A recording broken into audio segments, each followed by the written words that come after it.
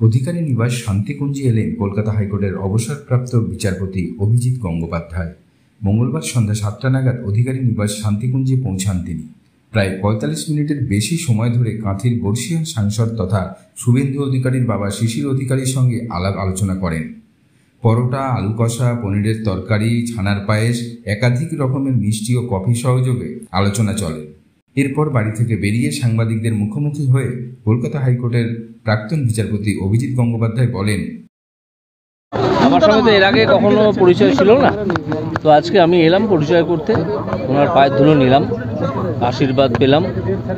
তো এবং ওনার সঙ্গে সামান্য এমনি কথাবার্তা হলো, সেরকম কিছু মানে পলিটিক্যাল কথাবার্তা, বিরাট কিছু নয়, ওই সাধারণ সামাজিক কথাবার্তা। সৌজন্য সাক্ষাৎ, একদম সৌজন্য সাক্ষাৎকার, এবং সেটা সেই স্পিরিটেই হলো। আমার খুব কিছু কথা বললেন? না, কোনো রাজনৈতিক কথাবার্তা হয়নি। ওনাকে আমার খুব ভালো লাগলো, এত একজন অভিজ্ঞ মানুষ। না হচ্ছে না, আমি এখনো জানি না। এই প্রশ্নের উত্তর একমাত্র দেওয়া যাবে প্রার্থী তালিকা ঘোষণার পরে। না, দেয়াল লিখন তো আর প্রার্থী তালিকা নয়।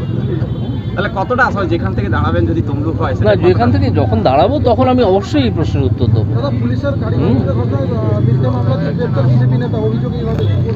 হ্যাঁ, এটা আমি শুনেছি কিছুক্ষণ আগে। তো এটা তো পুলিশ তো এইভাবেই কাজ করছে, মিথ্যে মামলা দিয়ে মানুষকে চুপ করিয়ে রাখতে চাইছে, কারণ তৃণমূলের তো শেষ অবস্থা এসে গেছে। শেষ অবস্থায় এরা এইসবই করে, বিপদকালে বুদ্ধিনাশ হয়। ঘুরলেন, শহীদ পরিবারের সঙ্গে কথা বললেন, জনসংযোগ করলেন, সেটা নিয়ে একটু বলবেন? ভীষণ উচ্ছ্বাস। আমাকে সবাই অত্যন্ত বুকে টেনে নিলেন, অত্যন্ত ভালোভাবে।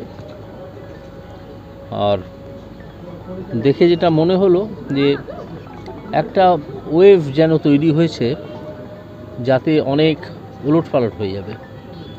এটা মনে হচ্ছে একটা ওয়েভ তৈরি হয়ে গেছে, অন্তত আমি যেখানটা ঘুরলাম সেখানটাতে। এতদিন বিচার প্রক্রিয়ার সঙ্গে যুক্ত ছিলেন, আজকে মানুষের মাঝে এই অনুভূতিটা কেমন? এই অনুভূতিটা চমৎকার। একটা বিচার প্রক্রিয়াতে একদম সম্পূর্ণ আলাদা একটা ব্যাপার। আপনার অনেকই সেই অভিজ্ঞতা আছে। তো সেখান থেকে বেরিয়ে এসে মানুষের আদালতে চলে আসা, মানুষের কাছে একটা কথাবার্তা বলে কিছু একটা মানুষ কি বিচার করতে চান সেটা জানা, এটা একটা অত্যন্ত আমার কাছে কৌতূহলোদ্দীপক বিষয়, খুব কৌতূহলোদ্দীপক বিষয়। সেই কৌতূহল আমার আস্তে আস্তে আরও বাড়ছে, যে মানুষের চাহিদা কীরকম, মানুষ কি মন্তব্য করতে চান, কি বলতে চান।